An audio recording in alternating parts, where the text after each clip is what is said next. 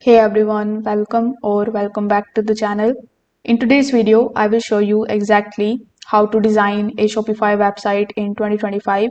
So if you are building an online store and you want it to look clean, modern and professional, you can just simply follow along this tutorial because this method works for any niche. So without further delay, let's get straight into it. So first of all, you need to come here on shopify.com. Then you need to log into your account in order to get access to your Shopify dashboard. Over here, first of all, click on the option of online stores, then go to the option of themes. Over here on this page, you are going to see a bunch of different free and the paid themes that you can select. So whichever theme you want to use, you can click on the option of add right next to it and wait for some time until you see the changes over here on this page. Now currently I'm using the horizon theme, but as you can see I've clicked on other theme and now it is going to take some time to change the theme. So once you have done it, make sure that you publish your theme first and then you can start making changes into it.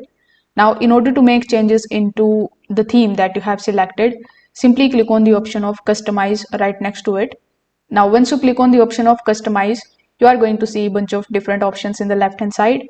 Plus you are going to see the preview of your website in the right hand side. So here you can either click on any of the options that are given over here and then you can start making changes into it.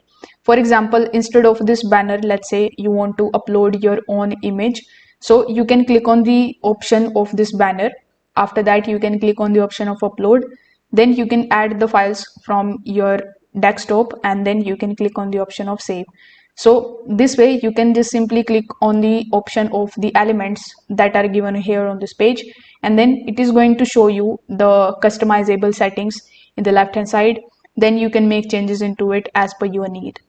Now whichever changes you are doing, just make sure that you click on the option of save in the top right hand corner of the screen in order to save all of your changes. Now this way you will be able to easily design a Shopify website. If this video helped you out, make sure that you like this video and subscribe to the channel. Thanks for watching.